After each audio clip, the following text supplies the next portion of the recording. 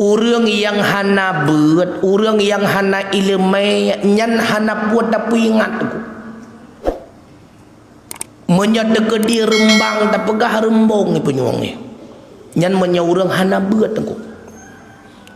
Maka terjadinya kekacauan di dalam rumah tangga sebab tidak ada ilmunya.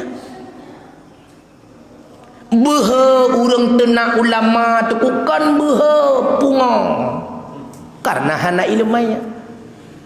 Lagi tak pegah behe anak miat aku cukup behe sinya nyan ijut gutua ulia kobra kan behe hana itu pulu aje ipike nyan karet puga kunyan karet putu ipike aje gutu ulia lan ma bantai guleng ipegah hana itu pulu. Begitu pula kenapa ada orang berani berbuat maksiat, mereka itu belum tahu bagaimana azabnya neraka.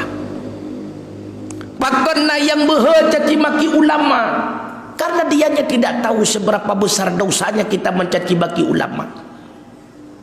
Maka kan dengku bangai. Oleh karenanya benar beda getanya yang nabeut ngan urang hana nabeut. Benar beda getanya urang yang mengilmaya dengan urang yang hana ilmaya. Artinya apa? Menyatakan di urang yang hana beut itu nak icaci maki getanya nyan betan permun tunggu. Menyana permun berat bangai getanya wong ngenji.